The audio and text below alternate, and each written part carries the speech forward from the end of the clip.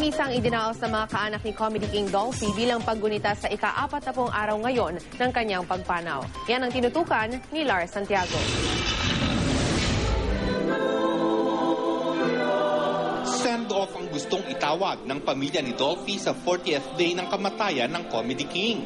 Ayon kasi sa paniniwalang Katoliko, sa ika-40 araw ng pagkamatay, umaakyat sa langit ang kaluluwa ng isang yumao. Sa misa kanina, naroon ang magkakapatid na sina Eric, Ronnie, Epi, Sally, Vandolph at Nicole Quizon. Dumating din si Maricel Soriano. Time flies so quickly. Kumbaga parang, of course, hindi pa rin tapos ang grieving eh. Kumbaga may mga moments pa rin eh. But it's just so fast. Parang it's been 40 days.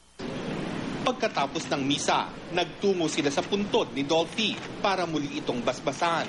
Bukod sa Taguig, may idaraos ding misa at salo-salo sa Los Angeles at Vallejo, California, kung saan nakabase ang ibang anak ni Dolphy.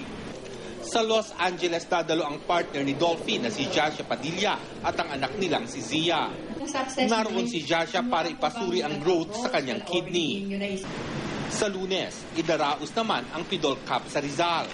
Bukod sa Dolphy Aid para sa Pinoy Foundation, magiging beneficiary ng tribute ang iba pang charitable institution. Yung mga donation na to na makukuha from the tickets, ibabalik namin ito sa Red Cross, sa Hope Foundation, sa Dolphy Aid para sa Pinoy Foundation, tsaka para sa iBank. Lars Santiago, updated sa Showbiz sa Pinay.